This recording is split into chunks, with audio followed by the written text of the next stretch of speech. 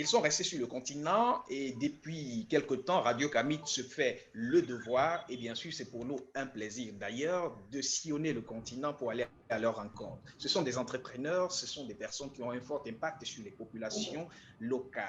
Mesdames, bonjour, messieurs, bonjour, bienvenue sur Impact.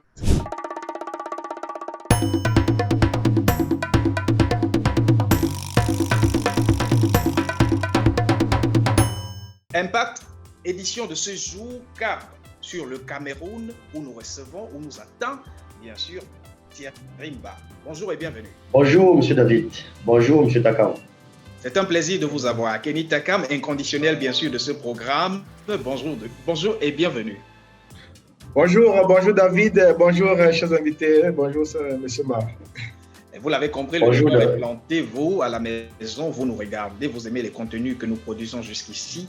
N'hésitez pas, faites-nous ce plaisir-là. Abonnez-vous, activez la cloche de notification pour ne jamais rater nos contenus. Alors, nous allons déjà rentrer pour rentrer dans cette émission, essayer de connaître l'invité qui nous reçoit ce jour parce que c'est vous qui nous recevez, quoique nous soyons en ligne sur les réseaux sociaux. Thierry Rimba, vous faites dans le bâtiment, vous êtes entrepreneur, mais seulement, je voudrais déjà, en vos propres termes, vous demander si on voulait bien mieux savoir de vous, qui vous êtes. Ok, merci David de me passer la parole. Comme tu l'as si bien dit, je suis Thierry Rodrigue Gomba, jeune entrepreneur camerounais, né à l'ouest du Cameroun, ingénieur de formation, ingénieur par alternance à l'Université catholique d'Afrique centrale, plus précisément la branche ICAM. J'ai été diplômé en 2011 et aujourd'hui, je suis installé à mon propre compte, une entreprise 2M Service, en abréviation 2MSET, ce qui veut dire tout simplement que l'entreprise qui fait de la mécanique, de la métallurgie, de l'ingénierie, de l'étude et un peu de commerce. L'ingénieur, comme j'ai dit tout à l'heure, donc né au Cameroun, et après quelques années passées dans des entreprises pour acquérir plus de l'expérience, s'est lancé depuis 2016 donc à l'assaut du monde. Il n'a pas dit du Cameroun seulement, donc à l'assaut du monde. C'est vrai qu'aujourd'hui, ça se limite seulement au Cameroun, mais les ambitions sont un peu plus élevées. On espère d'ici quelques années à toucher l'Afrique centrale et pourquoi pas le monde avec nos produits. Voilà, en vous présentant, vous nous avez retiré les mots de la bouche parce que nous aurions bien aimé aussi avoir quelques mots sur l'entreprise 2M7. Si j'arrive à trouver une appellation qui me sied à moi. 2M7, vous confirmez, c'est bien l'entreprise que vous dirigez en ce moment. 2M7, mais au Cameroun, c'est très connu sur 2M Service Engineering and Trading Service. Ok. De toutes les façons, ceux qui nous regardent ont retenu et on peut vous retrouver sur Internet. Les indicatifs ou alors les coordonnées de cette entreprise viendront mentionner au bas de cette vidéo, justement dans le descriptif. Kenny Takam, on parle d'entrepreneuriat, on a un entrepreneur et je vous vois, cela semble vous réjouir. Voilà, merci David de m'avoir passé la parole. Bonsoir encore, monsieur Thierry Rimba. Bonsoir. J'apprécie vraiment l'initiative parce que vous dites que vous êtes diplômé en 2011. Là, on parle vraiment d'un diplôme récent lorsque nous sommes en 2021, donc à peine 10 ans exactement. Voilà. Et donc, en 2011, vous vous êtes diplômé, vous avez commencé à travailler pour des particuliers, n'est-ce pas? Oui, j'ai travaillé chez 2 particuliers au Cameroun. Je préfère ne pas citer les noms. J'ai fait pratiquement 5 ans dans la première entreprise et la deuxième entreprise, j'ai fait 2 ans. C'est vrai que lorsque j'ai quitté la première entreprise, j'avais déjà pour ambition de me lancer à mon propre compte, ça veut dire de créer cette entreprise. Mais sachant déjà que ça ne devait pas être facile, justement, je me suis coincé à des obstacles où j'étais obligé de rentrer d'abord en entreprise pour me reformer. Donc j'ai juste compris que je n'étais pas encore prêt.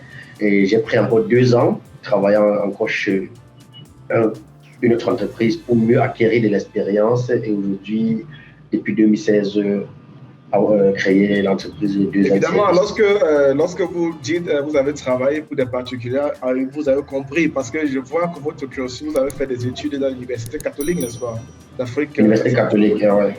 Que je crois qu'il y a une université de renom dans l'Afrique centrale, et donc j'imagine justement, lorsqu'ils forment des cadres là-bas, ce n'est pas pour aller travailler particulièrement pour des particuliers, je veux dire pour des particuliers, mais aussi de pouvoir créer, n'est-ce pas, de créer et donc avoir vraiment un fort impact sur le tissu économique. Si j'ai bien compris, alors, votre domaine d'activité cadre bien évidemment parfaitement avec vos études ou pas du tout?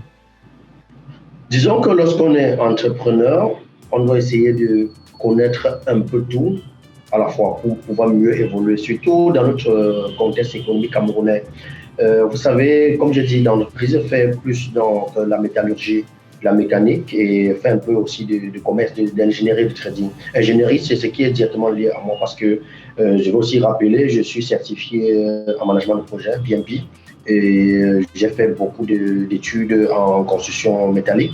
Donc, j'ai fait beaucoup d'études dans ce type de domaine-là pour répondre aux cahiers des charges parfois des clients ou de rédiger des cahiers des charges aux clients. Et lorsque un client est satisfait peut-être par la rédaction de son cahier des charges ou peut-être des critères techniques qu'il voudrait pour son projet, il peut aussi nous solliciter pour la réalisation. Ça, c'est le côté déjà service. Et donc, côté ingénierie, c'est ce que nous on fait en avance. On fait d'abord l'étude de faisabilité, que ce soit faisabilité technique ou faisabilité financière. Évidemment, messieurs, vous me priez, si vous avez convenance, parlons bien sûr des services que vous offrez au niveau de d'EM7. Quels sont les différents services que vous proposez à votre clientèle? Et puis après, pourquoi la clientèle, ce serait un marché forcément de la concurrence? Pourquoi on choisirait vous et pas les autres? Ok, je reprends déjà ce que j'ai un peu dit tout à l'heure. J'ai dit deuxième service. La première activité de l'entreprise, au départ, c'était les études qui étaient menées par moi et quelques personnes qui m'accompagnaient au bureau. Mais après, quelques requêtes des clients disant, mais vous étudiez, mais pourquoi ne pas penser à la réalisation? C'est là où on a mis sur pied le service de réalisation. Et dans la réalisation, donc, on fait les stations-service, on construit des stations-service. Une station-service complexe, ça veut dire des cuves qu'on met au sol pour recueillir du gazole ou du super que nous consommons à la pompe. Donc, on conçoit le récipient. Je préfère parler en langage où tout le monde comprendra. Le récipient, c'est généralement ce qu'on appelle les cuves. Sentez-vous à l'aise. Et voilà. Le récipient, généralement, c'est ce qu'on appelle les cuves métalliques subverso qu'on met au sol. Et après, on fait du génie civil pour couvrir tout cela. Et on monte le vent qui protège les voitures et les consommateurs, des usagers qui viendront consommer le produit à la station. Ça, c'est un premier côté. Le deuxième côté de ce que nous faisons, c'est le génie civil. Donc, lorsque un client a un projet concernant le domaine des réalisations, je préfère dire génie civil, mais pas le bâtiment. Nous ne faisons pas le bâtiment pour l'instant. Nous faisons des projets industriels, ça veut dire installation d'usine. Dans l'installation d'usine, donc vous comprenez, s'il y a une machine, par exemple, qui vient et qu'on doit installer la machine, on est obligé de faire d'abord les plots béton. Donc, on fait l'étude du sol, on étudie la capacité de la machine, sa capacité de vibration. Et lorsqu'on a tout ça maintenant, on peut réaliser le plot qui va recevoir la machine. Ça, c'est un peu notre génie civil que nous faisons. Donc, ce n'est pas le bâtiment. C'est vrai que dans un avenir proche, les gens nous demandent déjà, peut-être on devrait aussi aller de ce côté. Mais pour l'instant, on est concentré seulement sur les béton, installation d'usine. Thierry, si tu permets, je te tutoie. Vas-y. Quelques réalisations déjà à ton compteur. Que disent les clients? Jusqu'à présent, tous les clients qui ont travaillé avec nous sont satisfaits. La preuve en est, on est recommandé, parfois même par directement certains clients. Et quelques produits réalisés sur le terrain, lorsque le client permet, on laisse notre plaque signalétique. La plaque signalétique, c'est la plaque qui permet à un moment donné de contacter l'entreprise qui a réalisé le projet. Et jusqu'ici, on a déjà, je peux dire depuis le début d'année, on atteint déjà pratiquement 10% des clients qui nous contactent sur les retours des projets qu'on a eu à réaliser. Ça veut dire que le chiffre d'affaires normal aujourd'hui essaye d'évoluer grâce aussi à ce qu'on a eu à réaliser. Ça, c'est le retour d'après ce que vous avez, de la question que vous avez posée. Mais il y a aussi des clients même satisfaits qui recommandent à un moment donné travailler avec cette chaîne d'entreprise. Parce que nous, on travaille ce que nous faisons actuellement, on ne peut pas dire que ce n'est pas trop à but lucratif parce qu'on veut d'abord se faire connaître sur le marché. Ça veut dire qu'on veut d'abord la satisfaction du client. Ça, c'est ce qui vient dans nos valeurs, c'est le coût, qualité et délai. Ça, c'est ce que nous essayons d'apporter au client. Ça veut dire qu'on fait un projet à un coût raisonnable selon son budget, selon son portefeuille, dans un délai bien précis pour lui permettre d'avoir son retour sur investissement. Et la qualité est là. Donc, on ne peut pas faire ce triangle-là en oubliant la qualité. Parce que la réussite d'un projet, c'est ce triangle-là qui est très important. Ça veut dire le coût, la qualité et le délai. Par contre, moi, je ne peux pas poser cette question-là sans en poser une autre. Si vous gagnez beaucoup de marché, vous faites certainement beaucoup d'argent, est-ce que vous sentez que vous avez un certain impact sur, pourquoi pas, les populations bénéficiaires des projets que vous réalisez ou alors les personnes que vous employez directement? Ou alors vous êtes plutôt ce genre d'employeur qui se fait plein les poches et ciao? Je dirais que c'est plus les collaborateurs qui bénéficient de la satisfaction des clients parce que à pratiquement 5 ans aujourd'hui, mes collaborateurs sont satisfaits puisqu'ils ne peuvent pas réclamer, comme on dit souvent, aucun arrêt de salaire. Attention, il vous regarde. Il n'y a pas de souci. Je pense que je peux marcher tête haute dans la rue de l'autre côté là. Donc, pas d'arrêt de salaire. Comme vous regardez vous aussi à la maison, vous aimez le contenu de cette production et n'hésitez pas à abonner-vous, activer la cloche de notification.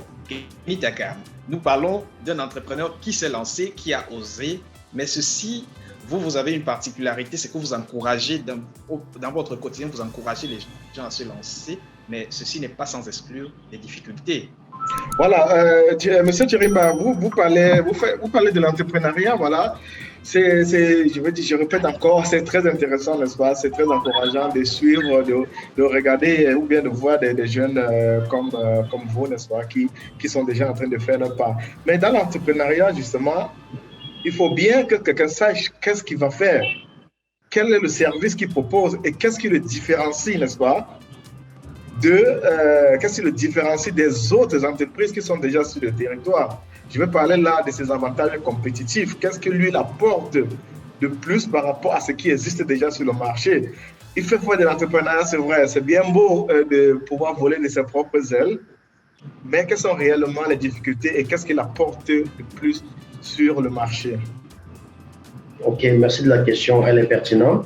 Ce que moi je voudrais dire ici, c'est que je veux juste décevoir un peu nos professeurs des universités où ils ont toujours dit pour faire peut-être un projet, il faut d'abord commencer par un business plan, étudier, savoir ce qu'on peut gagner dans 1 an, dans 2 ans, dans 3 ans, dans 4 ans. Je ne suis pas très contre, mais ce que je dis toujours, c'est qu'on doit d'abord se lancer. Il faut savoir faire le saut dans le vide, sans toutefois savoir quel parachute va nous prendre. On passe beaucoup de temps. Comme quoi, il ne faut pas avoir peur du vide, en fait. Voilà, il ne faut pas avoir peur du vide. On passe beaucoup de temps à étudier. Des projets prennent des années et des années. Je pense que le gros problème, sans toutefois incriminer qui que ce soit, peut-être de nos gouvernements, où on a des projets qui font 10 ans, 15 ans dans les tiroirs. Parce qu'on se dit toujours qu'on est en train d'étudier. Moi, je me dis toujours, quelqu'un qui a 1000 km à faire doit d'abord faire un pas. Lorsque tu fais un pas, le deuxième pas va venir tout seul. Revenant directement à votre question, qu'est-ce qu'il faut faire pour calculer, pour voir ce qu'on fait de différent par rapport à ce que la concurrence fait.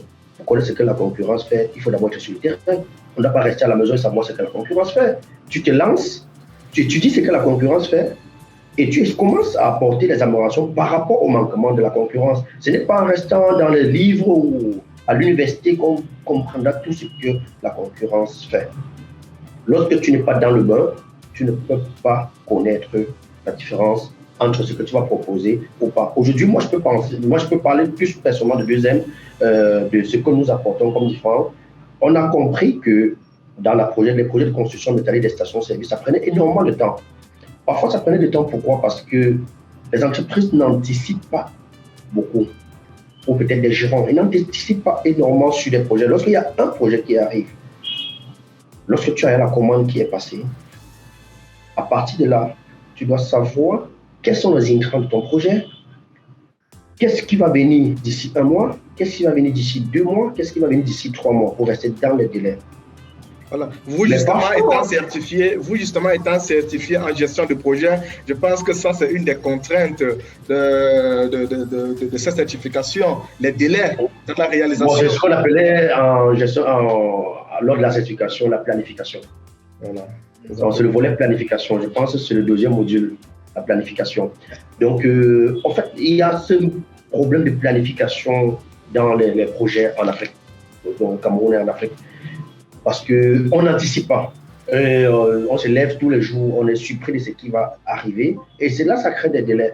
Ça crée énormément de délais. Les temps sont plus longs. Et lorsqu'un temps est plus long dans un projet, ça crée des finances plus. Parce que lorsque c'est que tu devais anticiper. Plus en termes de coûts, ça devient plus long. Oui, je vais expliquer ça plus simplement.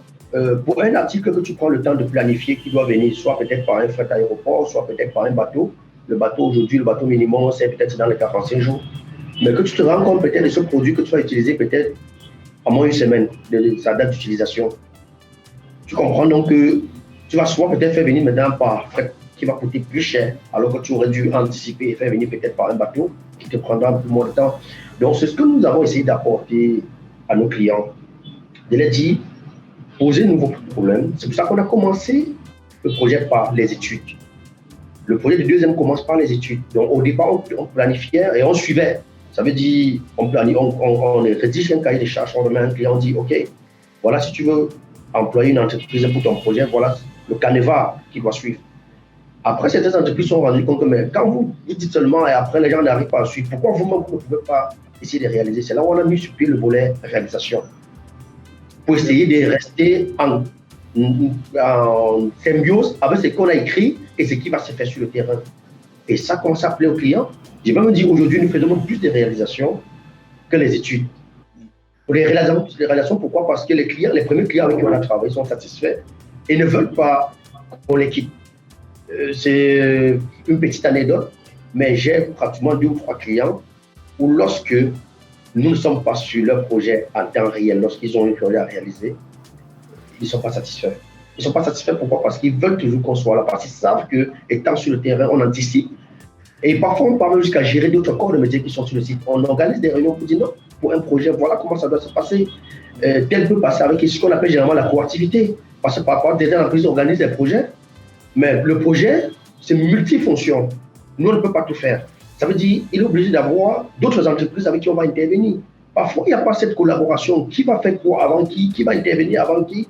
Parfois, quand on arrive sur le terrain, on ne regarde pas seulement ce qu'on est venu faire avant, on organise la coactivité. Pour dire non, voilà comment ça va se passer. Pour tel, peut-être qu'il doit intervenir, il faut dire qu'il intervienne avant telle chose. Sinon, on sera obligé de casser encore telle chose et ça va vous apporter des coûts supplémentaires. Donc, ça, c'est le plus que nos clients aiment. Je ne sais pas si j'ai répondu à... Oui, mais en résumé, alors, quels sont 2 avantages compétitifs que la 2M7 propose à ses clients? Juste 2.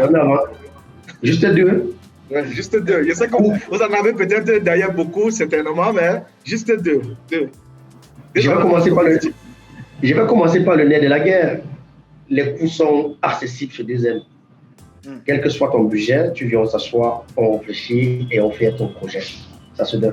La deuxième chose, comme on va demander de m'arrêter seulement à 2, la qualité. Ayant été certifié PMP, je sais ce que c'est que la qualité. Il faut planifier la qualité parce que la qualité se planifie. Et lors de la réalisation, il faut contrôler ce qu'on est en train de faire. Et lorsqu'on a contrôlé, on est sûr d'avoir un produit de qualité.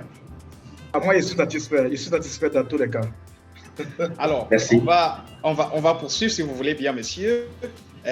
Thierry Mba, à présent, je t'amène sur un tout autre terrain, autre que ton terrain habituel d'études, forcément où tu fais tes réalisations. Nous allons sur le terrain de la diaspora camerounaise en Europe, ou alors la diaspora tout court. Ici, nous sommes souvent à la rencontre de personnes qui voudraient bien se lancer pour un retour au Cameroun, pour un retour dans leur pays d'origine, mais souvent se disent pas suffisamment tapés d'expérience ou alors tout simplement entourés. est-ce que vous pensez votre entreprise aussi dans l'optique d'une solution d'accompagnement de Camerounais de la diaspora qui voudraient rentrer, qui pour créer des entreprises, qui pour créer de l'emploi tout court? Est-ce que vous avez déjà eu à travailler ou alors à solliciter la diaspora ou à accompagner quiconque voulait le faire? C'est l'occasion de le dire. Oui, plusieurs fois j'ai sollicité la diaspora pour faire venir certains équipements que je travaille avec. Le plus récent, c'est un camion que j'ai fait venir de France, où c'est un frère à moi qui a suivi le processus du début jusqu'à la fin. J'ai même essayé de faire intervenir Kenny une fois, quand lui il était en Italie, et le fournisseur lui il était en France. Il a essayé justement de me donner des conseils. Mais ça a bien marché. Donc, je sollicite la diaspora, en fait, pour répondre à la question. Je sollicite la diaspora et je suis ouvert à n'importe quelqu'un de la diaspora qui sollicite rentrer au pays et qui a besoin des conseils et autres, parce que moi aussi, de temps en temps, j'en ai besoin de ce côté-là. Donc, il n'y a pas de souci. Parlons justement de la diaspora. Donc, on parlait là peut-être plus localisé un peu, n'est-ce pas, du marché européen. Vous interagissez avec le marché européen en tant que fournisseur ou bien en tant que quelqu'un qui achète, n'est-ce pas, fournisseur d'un service ou bien d'un produit, ou bien en tant que quelqu'un qui achète, oui, comme client si vous voulez, qui achète donc de la marchandise ou bien des équipements sur le marché européen. De quel côté vous vous trouvez réellement lorsque vous avez des échanges? Non, par rapport à la diaspora, je viens en tant qu'acheteur. Parce que je dis toujours, il y a encore beaucoup à apporter en Afrique, il y a encore beaucoup à apporter au Cameroun. Donc, lorsque je sollicite la diaspora, c'est pour apporter ce qu'il n'y a pas chez nous, de chez eux. Donc, je prends d'abord pour venir faire installer cela ici, dans les équipements qu'on n'a pas ici, on prend la diaspora, on vient. Donc, quand je sollicite la diaspora, c'est beaucoup plus chercher et venir pas en tant que fournisseur pour l'instant. Pour l'instant, c'est juste dans prendre là-bas et amener. Donc, il y a un fort besoin justement de transfert des technologies ou bien des compétences de l'Europe vers l'Afrique. Pas nécessairement le transfert de capitaux. Là, on parle de beaucoup plus de compétences ou bien de technologies. Technologie. Il y a ce fort besoin là, ok. Non, technologie. On en a vraiment besoin parce que, comme je disais tout à l'heure, la majorité des machines que nous installons sont d'origine soit européenne, asiatique ou américaine. Les rares sont des machines qui sont made in Afrique. Quand je dis made in Afrique, je ne peux pas citer un pays, donc c'est très difficile. Donc, lorsque tu es sur un projet et que tu as des équipements installés, tu es obligé de faire recours à la diaspora pour avoir un équipement. Soit peut-être c'est le client qui va, achète et vient, et puis nous on installe.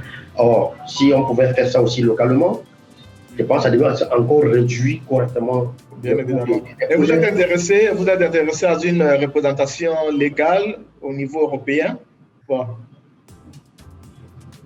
Pourquoi pas, bien sûr. Bien sûr. Je pense que une représentation, comme j'ai dit tout à l'heure, ça se prépare. Et en se préparant, on a des choses qu'on apprête et puis, pourquoi pas, parce qu'on n'est pas appelé à rester à notre petit niveau, on est appelé à grandir. Et grandir signifie avoir beaucoup de partenariats, grandir signifie étendre son champ d'action.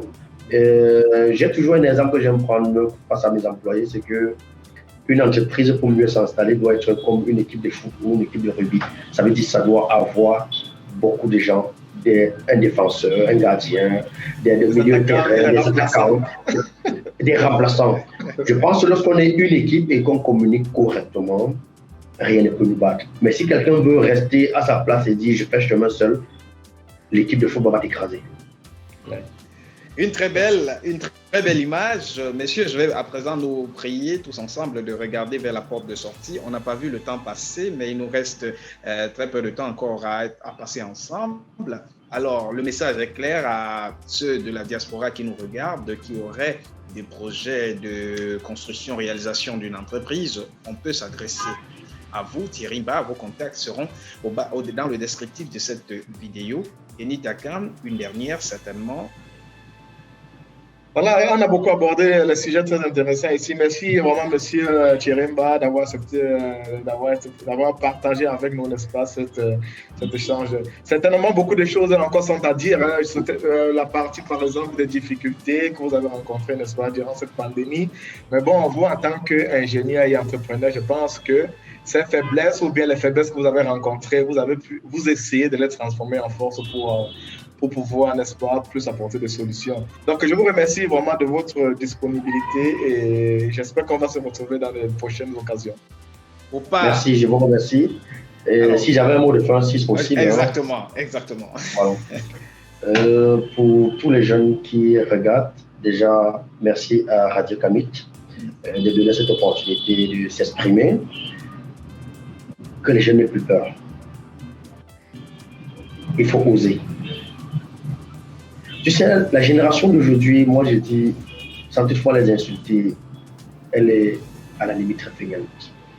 Les gens ont des téléphones haut de gamme, mais qui ne les apportent pratiquement rien à la fin du monde. Moi je dis, c'est la plus grosse bêtise. On est à l'aide du numérique et le téléphone portable de quelqu'un devrait l'apporter plutôt que l'argent. Mais nous les jeunes, on utilise le téléphone, chatter, regarder Facebook. Je n'ai rien contre Facebook, hein. Il ne faut pas que Zuckerberg commence à me poursuivre là. Je n'ai rien contre Facebook. Mais en longueur de journée, c'est du temps perdu. Les jeunes doivent organiser le temps. Il y a un temps pour tout, un temps pour travailler, un temps pour regarder peut-être si vous regardez Facebook, un temps pour regarder, un temps pour penser. Parce que tout commence par l'imagination. Et lorsqu'on n'imagine pas, on ne peut pas faire grand-chose. Il faut imaginer. Et lorsqu'on a fini d'imaginer, il faut passer à l'action. Tout n'est qu'action dans la vie. Il n'y a pas de début, il n'y a pas de fin, que ce soit en entrepreneuriat. Tout n'est que action. Sur ça, je remercie encore M. Takan, M. Watteux. Merci de venir à mon rencontre et merci beaucoup encore. Nous espérons faire une visite de vos... Tout le plaisir est le nôtre. Et évidemment, nous espérons pouvoir fouler les terres de la 2M7 une fois au moins pour faire votre rencontre physiquement. Et vous, à la maison, qui aimez ce contenu, mettez-nous tout simplement un pouce bleu et un commentaire. Encore cela arrivera tout droit dans nos cœurs. Merci à vous de nous regarder, merci de nous soutenir, merci d'être là tout simplement. Bien le bonsoir à tous.